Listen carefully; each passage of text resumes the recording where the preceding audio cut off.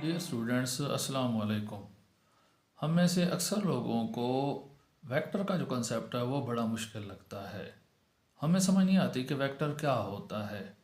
इसकी वजह यह है कि डेली लाइफ के अंदर हमें वेक्टर्स की कोई एग्जांपल्स नज़र नहीं आती। एग्जांपल्स एक्चुअली मौजूद तो हैं, लेकिन हमने उनको कभी वेक्टर सेंस में नहीं लिया, तो इसलिए इनको समझना हमें बहुत मुश्किल लगता है। तो आज मैं आप लोगों को एक सिंपल सी एग्जांपल की मदद से समझाऊंगा कि वेक्टर क्या होते हैं। वेक्टर्स की तरफ जाने से पहले हम थोड़ा सा फिज़िकल क्वांटिटीज़ की डेफिनेशन रिवाइज कर लेते हैं। फिज़िकल क्वांटिटीज़ क्या होती हैं? वो तमाम क्वांटिटीज़ जिनकी हम पैमाइश कर सकते हैं वो फिज़िकल क्वांटिटीज़ कहलाती हैं। All measurable quantities are called physical quantities. मसलन मेरे हाथ में ये पेंसिल है, तो मैं इसकी लेंथ मेजर कर सकता हूँ, तो लेंथ क्या हो गई? फिज़िकल क्वांटिटी हो गई। इसी तरह इसका मैस भी मेजर किया जा सकता है। मैस को हम आम ज़बान में वज़न कहते हैं, तो इसका मैस मेजर कर सकते हैं, तो मैस भी क्या हुआ? फिज़िकल क्वांटिटी हो गया। लेकिन दो तीन चीज़ें इसमें ऐसी आपको नज़र आ रही हैं जिनकी हम मेजरमेंट नहीं कर सकते। मसलन इसका जो ग्रीन कलर है उसकी मेजरमेंट हम नहीं कर सकते। हम ये नहीं कह सकते कि भाई ये इतने किलोमीटर ग्रीन है या इतने किलोग्राम ग्रीन है, या इसी तरह आपको एक वुड कलर नज़र आ रहा है, उसकी भी हम कोई मेजरमेंट नहीं कर सकते। आपको इसके नोक का ब्लैक सा कलर नज़र आ रहा है, तो इसकी भी कोई मेजरमेंट नहीं है। तो ये जो कलर्स हैं ये फिज़िकल क्वांटिटीज़ नहीं है, हम इनकी पैमाइश नहीं कर सकते। इसी तरह जो इंसानी जज्बात हैं उनकी भी कोई मेजरमेंट नहीं है। हम किसी के बारे में ये नहीं कह सकते कि फ़लाँ बंदा 10 मन खुश है या आधा किलो परेशान है। तो इस तरह जो है ना, इन चीज़ों की मेजरमेंट पॉसिबल नहीं है। तो लिहाजा ये तमाम क्वांटिटीज़ जिनकी हम मेजरमेंट नहीं कर सकते, ये फ़िज़िकल क्वांटिटीज़ नहीं हैं। हम इन्हें नॉन फिज़िकल क्वांटिटीज़ का नाम देंगे। अब हम इन फिज़िकल क्वांटिटीज़ की कैटेगरीज़ की बात कर लेते हैं। तो फिज़िकल क्वांटिटीज़ को दो कैटेगरीज़ में डिवाइड किया गया है। एक कहलाती हैं स्केलर और दूसरे कहलाते हैं वेक्टर। स्केलर्स वो क्वांटिटी होती हैं जिनको डिस्क्राइब करने के लिए सिर्फ मैग्नीट्यूड की ज़रूरत होती है। और मैग्नीट्यूड के अंदर दो चीज़ें हैं, एक होती है वैल्यू, न्यूमेरिकल वैल्यू, और दूसरा होता है यूनिट। तो रोज़मर्रा ज़िंदगी के अंदर हम तकरीबन जितनी भी क्वांटिटीज़ इस्तेमाल करते हैं वो स्केलर होती हैं। स्केलर क्या होते हैं? The quantities which require just magnitude for their description. Scalar वो क्वांटिटीज़ हैं जिनको बयान करने के लिए हमें किस चीज़ की ज़रूरत है? जस्ट मैग्नीट्यूड की। और मैग्नीट्यूड में दो चीज़ें शामिल हैं, एक वैल्यू और दूसरा क्या हो गया? यूनिट। मसलन आपने बाइक के अंदर पेट्रोल डलवाया, तो आप उसे कहते हैं कि भाई मेरी बाइक में 5 लीटर पेट्रोल डाल दें। तो इसमें जो 5 लीटर है ये मैग्नीट्यूड है, और इसमें जो हिस्सा 5 है ये हो गई वैल्यू या न्यूमेरिकल वैल्यू हम इसको कह सकते हैं, और जो लीटर है ये क्या हो गया? यूनिट हो गया। इसी तरह आपने फ़र्ज़ करें अपना सूट बनाने के लिए कपड़ा परचेज़ किया, आप दुकानदार से कहते हैं कि भाई मुझे 7 मीटर जो है ना कपड़ा दे दो। तो इसमें 7 मीटर क्या हो गया? मैग्नीट्यूड। 7 इसमें है वैल्यू, और मीटर क्या है? यूनिट है। तो ज़्यादातर हम जो डेली लाइफ के अंदर क्वांटिटीज़ इस्तेमाल करते हैं वो स्केलर होती हैं। अब आ जाते हैं वेक्टर्स की तरफ। तो वेक्टर्स जो है उनको डिस्क्राइब करने के लिए हमें दो चीज़ों की ज़रूरत होती है, एक मैग्नीट्यूड और दूसरा डायरेक्शन। मैग्नीट्यूड में वही दो चीज़ें शामिल होंगी, वैल्यू और यूनिट, और साथ में इसमें क्या आ जाएगी? इजाफी आ जाएगी। अब डेली लाइफ से हमारे पास कोई डायरेक्ट ऐसी एग्जांपल नहीं है जिनकी मदद से हम इन वेक्टर क्वांटिटीज़ को समझ सकें। एक्चुअल एग्जांपल्स मौजूद हैं, लेकिन हमने उनको एज ए वेक्टर कभी कंसीडर नहीं किया। तो आज मैं आप लोगों को एग्जांपल देता हूं जिसकी मदद से आप वेक्टर्स को अच्छी तरह से समझ जाए। फ़र्ज़ करें आप एक चौक पर खड़े हैं जहाँ से 4 रोड निकल रहे हैं। एक रोड जो है वो जा रहा है लाहौर की तरफ। लाहौर फ़र्ज़ करें चौक से 300 किलोमीटर दूर है। दूसरा रोड जा रहा है कराची की तरफ। कराची फ़र्ज़ करें चौक से 500 किलोमीटर दूर है। तीसरा रोड फ़र्ज़ करते हैं पेशावर की तरफ जा रहा है, और पेशावर उस चौक से 200 किलोमीटर अवे है। जबकि चौथा जो रोड है फ़र्ज़ करें वो इस्लामाबाद की तरफ जा रहा है, और इस्लामाबाद फ़र्ज़ करते हैं कि उस चौक से 1000 किलोमीटर अवे है। अब एक गाड़ी आती है और वो आपसे पूछते हैं कि भाई हमने कराची जाना है, तो हमें रास्ता बता दें।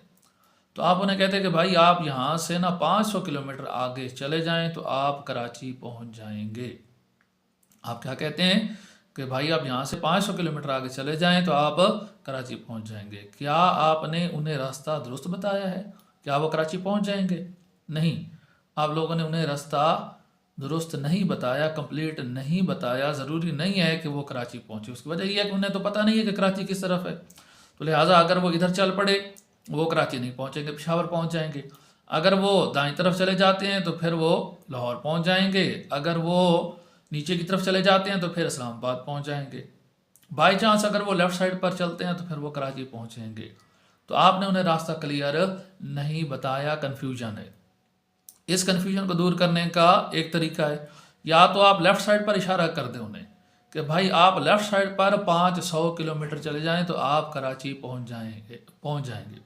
या फिर आप जो है ना डायरेक्शन को यूज़ करें डायरेक्ट। आप उन्हें कहें कि भाई आप लोग वेस्ट की तरफ, मगरब की तरफ 500 किलोमीटर चले जाएं तो फिर आप कराची पहुंच जाएंगे। तो जब तक आप डायरेक्शन का इशारा नहीं करेंगे या डायरेक्शन का नाम नहीं लेंगे तो तब तक आपने उन्हें डायरेक्शन सही तरह से नहीं बताई, कराची की लोकेशन सही तरह से नहीं बताई। तो ऐसी क्वांटिटी जिसमें डायरेक्शन को बयान करना ज़रूरी हो, वो क्या कहलाएगी? वेक्टर कहलाएगी। तो यहाँ पर आपने जो कराची का 500 किलोमीटर का डिस्टेंस बताया और कराची की जो डायरेक्शन बताई वेस्ट की तरफ, तो ये क्या बन गया? वेक्टर बन गया। अब देखें, हम इस वेक्टर को एक्चुअली इस्तेमाल करते रहते हैं। आमतौर पर अगर हम बताएंगे तो हम कहेंगे कि जी 500 किलोमीटर का फासला है इधर, तो इसमें हमने जस्ट डिस्टेंस बताया, तो डिस्टेंस एक स्केलर मिकदार है। लेकिन जब आप इसी डिस्टेंस के साथ ना डायरेक्शन ऐड कर देते हैं, आप कहते हैं कि भाई आप यहाँ से 500 किलोमीटर आगे वेस्ट की तरफ चले जाएं, तो जो ही आपने वेस्ट लगाया, ये स्केलर से किस में चेंज हो गया?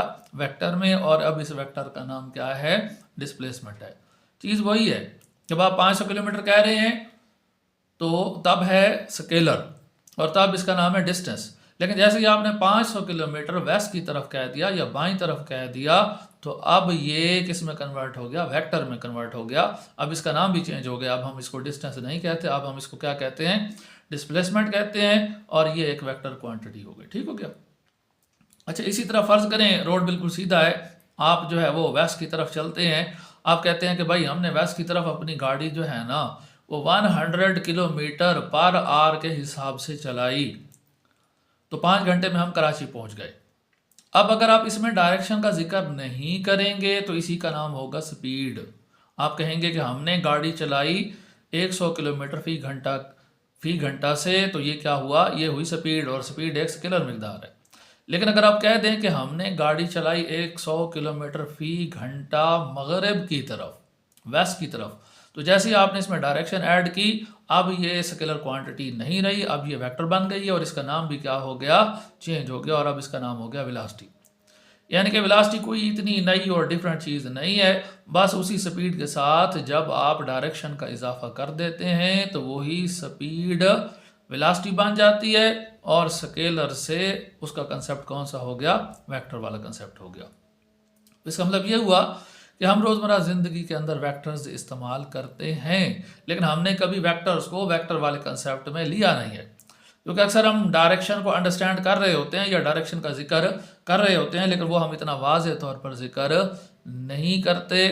तो इसलिए हमें लगता है कि जो वेक्टर हैं वो डेली लाइफ के अंदर इस्तेमाल नहीं होते, लेकिन एक्चुअली ऐसा नहीं है। जो वेक्टर हैं वो भी स्केलर्स की तरह डेली लाइफ के अंदर इस्तेमाल होते हैं, लेकिन हमने उन्हें कभी एज ए वेक्टर कंसिडर नहीं किया।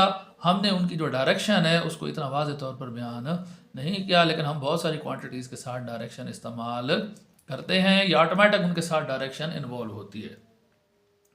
जैसे ना आप बात कर लें कि आप किसी बॉडी पर फोर्स लगा रहे हैं, तो लाजमी बात है फोर्स किसी ना किसी डायरेक्शन में लगनी है। मसलन दाईं तरफ लगेगी या बाईं तरफ लगेगी या ऊपर लगेगी या फिर किधर लगेगी? नीचे की तरफ। तो देखें, इस क्वांटिटी के साथ ऑटोमेटिक क्या आ गई है? डायरेक्शन आ गई है। तो हम अक्सर इसका जिक्र नहीं करते कि हम ये कह देंगे कि बॉडी पर जो है ना फोर्स लग रही है, दाईं बाईं ऊपर नीचे सज्जे खब्बे, हम इसका जिक्र नहीं करेंगे, लेकिन एक्चुअली इसके अंदर डायरेक्शन मौजूद है। तो इसलिए फोर्स एक वेक्टर क्वांटिटी है, स्केलर क्वांटिटी नहीं है। तो डेली लाइफ के अंदर और भी बहुत सारी क्वांटिटीज़ ऐसी हैं जिनमें डायरेक्शन मौजूद होती है, जिनमें डायरेक्शन इन्वॉल्व होती है, लेकिन हम अक्सर उसको कंसीडर नहीं करते। तो ये वाली क्वांटिटीज़ क्या होती हैं? वेक्टर क्वांटिटीज़ होती हैं। उम्मीद है आप लोगों को वेक्टर का कंसेप्ट आ गया हो गया। नेक्स्ट लेक्चर तक के लिए टेक केयर एंड अल्लाह हाफ़िज़।